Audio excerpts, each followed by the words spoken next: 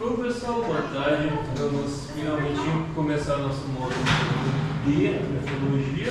O assunto inicial vai ser o injúria renal aguda e a abordagem inicial em ambiente de terapia intensiva. Meu nome é Ricardo, sou adjunto da medicina intensiva aqui do AOC.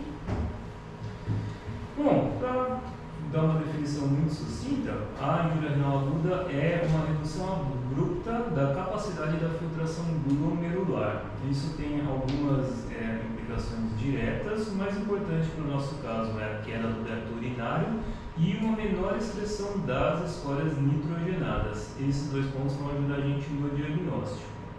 Como a gente dá esse diagnóstico? O que a gente usa no mais corriqueiro é essa definição do aumento da creatinina e uma diminuição da diurese. O aumento da creatinina pode ser um aumento de 0,3 mg por decilitro em até 48 horas ou um aumento de 1,5 vezes a creatinina basal em até 7 dias. Já da diurese, o mais comum é a gente considerar menos 0,5 ml por quilo por hora por mais de 6 horas ou uma diurese de menor que 500 ml em 24 horas. A fisiopatologia ela é muito diversa, tem várias causas distintas. A fisiopatologia é dividida em 3 grandes grupos, e depois disso cada um tem muitas etiologias. A gente divide como causas renais, causas do próprio tecido renal, causas pré-renais, que tem a ver com o fluxo sanguíneo, e as causas pós-renais, que basicamente é obstrução urinária. Em todos os casos, é bom lembrar que mais de uma causa pode estar presente, e isso vai ser importante quando a gente entrar em cada um para a gente falar mais específico. De longe, o mais comum de se ver na UTI são as causas pré-renais, são 60% até 70% dos casos. Para falar de forma geral, todos são distúrbios da perfusão renal, como que isso ocorre. A perfusão que chega pela arteríola aferente, ela diminui, e isso abaixa a pressão intraglomerular. A pressão intraglomerular é importante para um gradiente de pressão positivo em relação à cápsula de Bowman, e é isso que permite a filtragem acontecer. Com a baixa da pressão intraglomerular, você tem uma menor taxa de filtração. As injúrias pré-renais são divididas em vários mecanismos distintos, e a gente vai desmiuçar um pouco melhor cada um deles. O primeiro que eu vou falar é o baixo volume arterial efetivo, que é o mais comum, mas a gente também pode ter vasoconstrição da arteríola aferente ou vasodilatação da arteríola eferente. Bom, então, o baixo volume arterial efetivo é o mais comum. Quando a gente está diante dessa suspeita, o mais importante primeiro é classificar o paciente de acordo com o seu estado volêmico. Pacientes hipovolêmicos, o principal motivo para essa injúria renal é uma queda da pré-carga. A queda da pré-carga dá um menor volume diastólico final, menor débito cardíaco, e isso abaixa a pressão hidrostática da arteríola aferente. A causa disso são os vários tipos de choque que a gente tem na clínica, e a conduta é corrigir a causa principal, a expansão volêmica, e corrigir os mecanismos de choque. Já pacientes hipervolêmicos são um desafio um pouco maior. Eu trouxe 2 casos comuns na UTI aqui, mas existem mais do que isso. O principal, eu acho, que a gente tem em mente é a síndrome cardiorrenal. A insuficiência cardíaca é bem prevalentemente de UTI e ela tem vários fenótipos diferentes, mas todos vão culminar em uma diminuição da perfusão renal. Na IC esquerda, com fração reduzida, você tem um baixo débito, isso faz a hipoperfusão renal, e uma IC direita, você pode ter um aumento da pressão venosa central, congestão venosa, e aumenta a pressão hidrostática na arteríola eferente, que prejudica ou escoa esse sangue para fora do néfron. Nesses casos, a conduta é o manejo do choque cardiogênico, você pode usar diurético-terapia, inotrópicos, diminuição da pré-carga, e nos casos refratários, o suporte circulatório mecânico. Outro caso um pouco menos comum, mas que a gente ainda vê com certa frequência, é a síndrome hepatorrenal. Ela tem uma patologia um pouco mais complexa. Quando você tem uma cirrose hepática em descompensação, primeiro você tem uma diminuição de produção da albumina pelos hepatócitos, linfócitos, hipoalbuminemia sistêmica causa uma menor pressão oncótica, uma sistêmica. Fora isso, uma hipertensão portal faz uma produção local exacerbada de vasodilatadores. Vasodilatação sistêmica vai ativar o sistema renina-angiotensina-aldosterona e esse sistema é o que faz a vasoconstrição da artéria aferente. Fora isso, a vasodilatação esplâncnica vai fazer um roubo de fluxo que iria para o rim para a circulação esplâncnica. A conduta nesses casos, o primeiro é sempre a regulação da albumina. Em alguns casos mais avançados, a gente considera a vasoconstrição esplâncnica, principalmente com a terlipressina. Pacientes euvolêmicos. Não é tão comum você ter uma euvolemia nesse mecanismo pré-renal, mas quando o paciente está euvolêmico, não tem nenhuma outra causa, a gente acaba pensando na nefrotoxicidade. Existem vários mecanismos, nem todos fazem lesão pré-renal, daqui a pouco eu vou mencionar mais alguns, mas nesse capítulo o mais importante é o efeito dos anti-inflamatórios não esteroidais que fazem vasoconstrição da artéria aferente e vasodilatação da artéria eferente é causada por uso de ECA ou BRA. E outro detalhe importante, o tacrolimo, ele também faz vasoconstrição da artéria aferente. Ele é um imunomodulador usado em transplantados, inclusive em transplantes renais. Então, nesse caso, é muito difícil uma decisão se você vai suspender, vai diminuir a dose, daí realmente é uma decisão individualizada. Bom, um último caso que algumas vezes a gente pode ver na UTI é a estenose das artérias renais, ou uma estenose bilateral ou uma estenose unilateral com rim único. É uma causa que está associada a raso de difícil controle, costuma ser um quadro crônico, então é difícil a gente ver uma descompensação, uma injúria renal aguda, por isso na UTI.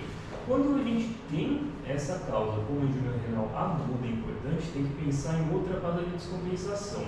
Aqui o mais comum também é o uso de ARNI e nesse caso não precisa ser uma dose excessiva. Um paciente que já tem essa condição e não tinha conhecimento, uma dose comum de ARNI pode causar uma injúria renal aguda importante porque acaba sendo o mesmo mecanismo, uma diminuição do fluxo pela artéria aferente.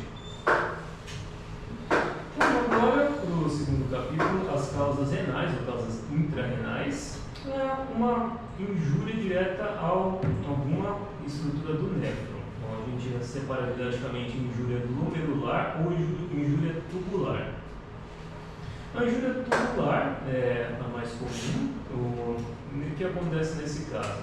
Você tem o menor fluxo pela artéria eferente, vai ter como consequência também o hipofluxo nos capilares peritubulares. Isso dá uma isquemia tubular. Ao longo do tempo, essa necrose celular vai acumular debris celular no lume do túbulo. Isso não só você tem uma perda da capacidade de concentração, de transporte do túbulo, como você tem uma estenose do lume. Dois mecanismos podem estar presentes. O isquêmico é o mais comum de todos. O isquêmico, na verdade, é uma evolução de uma injúria renal aguda pré-renal. Essa injúria renal prolongada vai culminando em dano renal por diminuição do fluxo sanguíneo. Aqui, como eu tinha falado, a gente também tem alguns efeitos de nefrotoxicidade distintos da lesão pré-renal. São vários possíveis, a gente sempre lembra na UTI dos antibióticos de amplo espectro, então vancomicina, aminoglucosidina, anfotericina tem esse mecanismo, o próprio contraste, nefropatia com contraste iodado, e algumas outras coisas que a gente lembra menos de nefrotoxicidade, mas é importante a gente lembrar. A rabdomiólise fazendo mioglobinuria, uma anemia hemolítica fazendo hemoglobinuria, a síndrome de lise tumoral pode fazer acúmulo de ácido úrico, isso fazer a necrose tubular, e alguns tumores hematológicos, principalmente o mieloma múltiplo, produzindo imunoglobulinas que se depositam nessa região do rim. Algo muito menos comum, mas que tem uma apresentação clínica distinta, então vale a pena a gente saber, é a nefrite intersticial aguda. Ela também faz injúria tubular, mas por um mecanismo distinto. Aqui você tem uma inflamação súbita do interstício por infiltrados principalmente de macrófagos e eosinófilos. É uma reação de hipersensibilidade a medicações, só que não de uma nefrotoxicidade direta. Pode ser várias medicações, o mais comum são os beta-lactâmicos, os anti-inflamatórios não esteroidais e o inibidor de bomba de prótons. A gente tem uma tríade clássica de orientação, então você tem, além da injúria renal, você tem febre, eritema e eosinofilia nos exames. Tem um tratamento específico, por isso que é bom lembrar, você pode fazer uma corticoterapia em casos leves, em casos mais graves você chega a fazer um pulso de corticóide ou até mesmo imunossupressão. Ou então, a segunda parte da injúria renal é a injúria glomerular. Aqui, o exemplo mais comum é o glomerulonefrite. Existem inúmeras causas. Em um paciente adulto, eu acho que é sempre importante lembrar a nefrite lúpica, no lúpus em atividade. A glomerulonefrite é sempre uma inflamação da membrana basal. Então, é a membrana que separa o glomérulo da arteríola aferente. Você tem um aumento da permeabilidade e isso tem um efeito claro no exame de urina. Você vai conseguir achar uma proteinúria, uma hematúria e cilindros hemáticos, que é um bom indicador desse quadro. Outra síndrome menos comum, mas como tem uma clínica distinta também é sempre bom lembrar, a síndrome pulmão-rim.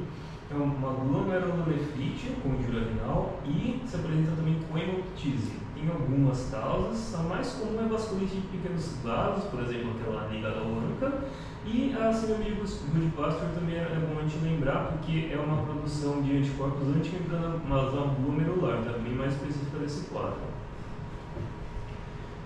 Por último, um caso que pode simular, mas que tem uma etiologia distinta, é a microangiopatía trombótica. Ele não é uma glomerulonefrite, mas faz também dano glomerular por acúmulo de coágulos na circulação renal. Então, nesse caso, também tem uma tríade clássica, a anemia hemolítica com trombocitopenia associada à injúria renal aguda.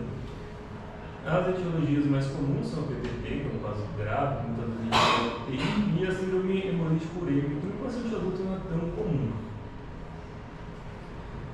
Sabendo então esses dois mecanismos, na prática pode ser difícil de distinguir, até porque um pode evoluir para o outro, então a gente tem alguns exames para a gente ter uma noção um pouco melhor. Primeiro que a gente precisa saber é a fração de excreção de sódio. É uma fórmula que leva em conta o sódio urinário, o sódio sérico, a creatinina urinária e a creatinina sérica.